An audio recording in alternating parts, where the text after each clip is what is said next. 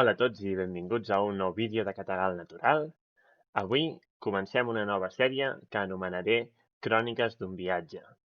A mi m'encanta viatjar, els últims anys he viatjat moltíssim i he tingut bones i males experiències, he conegut a molta gent i he visitat bastants llocs diferents i crec que pot ser una sèrie interessant anar-vos explicant les coses que he fet en aquests últims anys i fer-ho una mica com si fos un diari de viatge i en aquest cas el que faré, en comptes de parlar espontàniament, és escriure el text prèviament i llegir-vos-ho això, com si fossin unes cròniques. La idea és aportar una mica de varietat al canal, a part dels vlogs que faig quan surto de casa per ensenyar-vos alguna cosa i també a part de les lliçons de català que faig, doncs trobo que també és un altre estil de vídeo que pot ser interessant, que pot aportar diversitat i aquest és un primer vídeo de prova per veure si funciona, si us agrada, si acaba quedant una cosa maca i amb sentit o si potser senzillament és una mala idea i no cal fer més vídeos d'aquesta sèrie.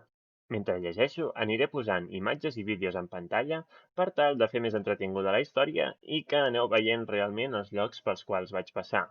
Jo aniré llegint el text de la pantalla de l'ordinador i estic gravant amb la webcam del portàtil, diguéssim, de manera que espero que no es faci molt estrany veure'm llegint en comptes de mirar a la càmera. I bé, ara sí que deixo d'enrotllar-me i dono pas a la primera part d'aquesta historieta. Espero que us agradi. Cròniques d'un viatge. Capítol 1. Malàisia.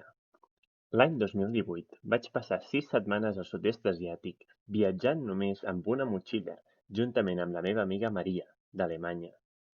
És un dels viatges més impressionants que he fet a dia d'avui i aquesta és la primera part de la història. L'aventura va començar el 19 de març de 2018. Vaig agafar un avió cap a Kuala Lumpur, Malàisia, fent escala a Singapur. Ja des de l'avió vaig veure quin era el panorama allà baix. Palmeres, palmeres i més palmeres. Més tard, vaig saber que tot allò eren camps de palma, planta de la qual n'extreuen l'oli de palma i que els propietaris d'aquelles terres solien ser magnats xinesos que compraven grans extensions de bosc, els talaven i hi plantaven palma, i ja tenien el negoci muntat. Deixant de banda això, la meva primera impressió a l'arribar va ser que estava al mig de la jungla. Vaig agafar un tren cap a la ciutat i quan vaig sortir de l'estació vaig tenir el primer xoc amb la realitat. Em vaig adonar que realment estava a l'altra punta del planeta. Feia moltíssima calor i humitat. Els carrers estaven bastant deixats i estaven plens de paradetes de menjar de carrer. També es veien gratacels una mica més enllà. A més, de tant en tant, et trobaves trossos de selva enmig de la ciutat. El primer que vaig pensar va ser «Ai, ai, ai, aviam on m'he anat a ficar». Per sort, l'hostal on m'havia de trobar amb la Maria i un amic seu estava bastant a prop de l'estació de tren. Sense tenir-les totes, em vaig endinsar en els carrerons de Kuala Lumpur, mirant als voltants i enrere constantment per comprovar que ningú es fixés massa en mi o em seguís. Sí, estava una mica paranoic, i segurament els kualalumpurencs que em van veure passar els devia fer més gràcia que una altra cosa. Però jo, en aquell moment, pensava «Soc un nano de 22 anys, blanc, de 1,93 m i amb unes pintes de guiri que no me les aguanto. Desapercebut, segur que no passo, i vés a saber si a algú li passarà pel cap que sóc un objectiu fàcil». Després de donar la nota uns minuts pels carrers de Kuala Lumpur, vaig arribar a l'hostal i vaig poder respirar tranquil. L'hostal estava bé, amb un rotllo així hipster, i em van donar un llit de llitera en una habitació compartida amb unes 7 o 8 persones més. El pla era trobar-nos amb la Maria i el seu amic Marcus a l'hostal, que havien d'arribar unes hores més tard que jo, dormir a l'hostal i l'endemà agafar el bus cap al port de Mersing, on agafaríem el ferri cap a l'illa de Tioman, que era el nostre primer destí. Jo tenia un pla perfecte per combatre el jet lag, que consistia en aguantar despert fins a l'hora d'anar a dormir de Malàisia, encara que tingués son abans, de manera que l'endemà em llevaria amb l'horari asiàtic perfectament incorporat. El meu pla infal·lible va quedar esmicolat en pocs segons quan la Maria, després de saludar-nos, em va dir que agafàvem el bus cap a Mersing aquell mateix vespre.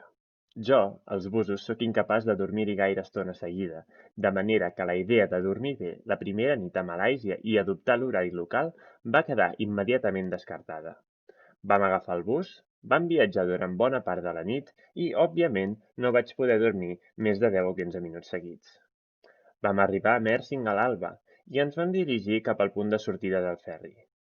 Entre les 14 hores de viatge en avió i el trajecte en bus, jo ja estava bastant cansat en aquell moment, però no em podia dormir perquè aviat passaria el ferri. El motiu principal pel qual volíem anar a l'illa de Tioman, més enllà de que fos una illa maca, era per fer-hi cursos d'apnea, en el meu cas, i de submarinisme, en el cas de la Maria. Vam agafar el ferri i al cap d'una mitja horeta es va començar a fer visible l'illa de Tioman, que a primer cop d'ull es veia totalment salvatge. Només s'hi veia selva, cap rastre de civilització. Al final vam arribar al port d'un petit poble, que consistia en un sol carrer sense asfaltar davant del mar amb 4 cabanyes disperses. Com que fèiem els cursos a llocs diferents, jo vaig baixar del ferri en una parada diferent que els meus companys i vaig començar a buscar el meu hostal. Després de donar un parell de voltes més del compte, vaig acabar trobant-lo. No estava malament. Eren petites cabanyetes al voltant d'un pati central i a mi em va tocar una habitacioneta d'en prou feines 3 metres quadrats, però que ja feia el fet. Vaig anar a menjar un plat de fideus i a fer una volta per l'únic carrer del poble. Quan vaig tornar a l'habitació, vaig caure rendit al llit. Em vaig despertar a les 5 de la matinada.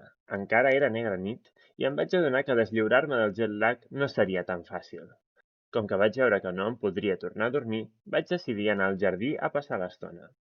Encara quedaven unes quantes hores fins que comencés el curs d'apnea. Aquesta acabaria sent la rutina de tots els dies que vaig passar allà, ja que vaig arrossegar el jet lag fins ben bé una setmana després d'haver arribat a Malàisia. En aquelles hores de vetlla de matinada vaig descobrir un insecte semblant a un escarbat que feia un soroll fortíssim al volar. Tant que el primer cop que el vaig sentir em pensava que era un petit motoret, no exagero. Al cap d'unes hores d'avorriment es va començar a fer de dia i va arribar l'hora d'anar cap al curs d'apnea. D'apnea ja n'havia fet amb una mica a Catalunya i havia vist tutorials a YouTube, però mai me n'havien ensenyat com Déu mana. El meu principal problema era compensar, cosa que consisteix en tapar-se el nas i bufar per tal d'alliberar la pressió de les orelles que apareix en submergir-se a l'aigua. Estant en posició vertical, amb els peus a baix i el cap a dalt, no tenia problemes per fer-ho, però quan em posava de cap per avall per començar a baixar cap al fons del mar, no me'n sortia. La meva instructora va resultar ser una noia alemanya que havia deixat la seva vida a Holanda per anar a fer cursos d'apnea en aquella illeta, juntament amb la seva companya que era mig suïssa, mig malàisia. Hi havia 2 altres alumnes, una parella de finesos que fugien del fred nòrdic. El primer dia de curs va ser genial. Ens van explicar els fonaments de l'apnea, les diferents modalitats de l'esport, els objectius del curs i moltes altres coses. A la tarda ens van posar a l'aigua per fer unes primeres proves en aigües poc profundes. D'aquell primer dia de curs em vaig sortir molt content i amb els dorsos de les mans cremats. Havia donat per suposat que portant neoprè no caldria posar-me crema solar, però anava equivocat. Amb el neoprè posat, les mans queden al descobert i en aquelles latituds el sol no perdona. Lliçó apresa. L'endemà vaig anar molt animat cap al curs, amb ganes d'aprendre més i de fer les primeres immersions de debò. Al matí vam fer una mica de teoria i les primeres apnees estàtiques, aguantar la respiració tant com sigui possible sense moure's, i vaig aconseguir passar dels 3 minuts. A la tarda va arribar l'hora de la veritat. Vam posar-nos l'equipament i vam nedar uns 100 metres endins, on vam plantar la boia que ens serviria de punt de suport. Després de les instruccions pertinents, per fi va arribar el moment de submergir-se cap a les profunditats de l'oceà Pacífic, però també va arribar el primer gerro d'aigua freda. Seguia amb el mateix problema. No podia compensar de cap per avall. Vaig aconseguir baixar fins a 20 metres arrossegant-me per la corda amb el cap cap amunt, però nedant cap avall simplement m'era impossible. La instructora em va explicar que hauria d'aprendre una nova tècnica per compensar i em va ensenyar els exercicis que calia fer per aconseguir-ho. Però amb els 3 dies que durava el curs no em vaig tenir prou per perfeccionar-la i per tant no vaig poder aprovar el curs. Us faig un petit spoiler i és que un any més tard, després d'haver aconseguit dominar la nova tècnica, vaig tornar a fer el curs, aquest cop a Catalunya, i en aquesta ocasió el vaig poder superar. Total, que vaig marxar del poblet on havia passat els primers dies a Malàisia, decebut per no haver aprovat, però amb ganes de seguir el viatge. Vaig anar cap a un poblet més al nord de la illa on els meus amics estaven fent el curs de submarinisme. Jo, aquest curs ja l'havia fet uns mesos abans, de manera que vaig poder fer algunes immersions amb ells allà. Realment surt a compte fer submarinisme allà, ja que és ben bé 4 o 5 vegades més barat que aquí. No van ser unes immersions espectaculars, però vam veure coralls, rajades i peixets de colors. Un dels dies que estàvem allà, vam decidir fer una excursió a la Monkey Beach, una platja molt bonica de l'illa. Vam anar cap allà i quan ens estàvem banyant a l'aigua, la platja va fer honor al seu nom i una tropa de micos va sortir de la jungla i ens van saquejar les bosses que havíem deixat a la sorra. Per sort, als micos no els interessen els passaports ni els diners i només es van endur el que portàvem de menjar.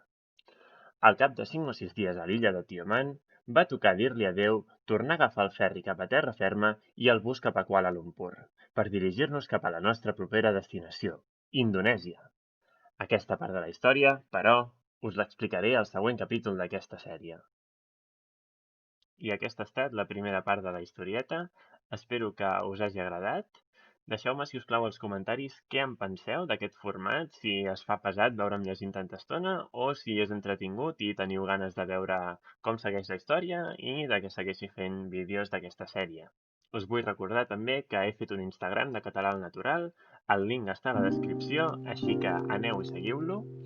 Com dic sempre, si us ha agradat el vídeo, deixeu un like, subscriviu-vos si no ho esteu i ens veiem al proper vídeo. Apa! Ciao!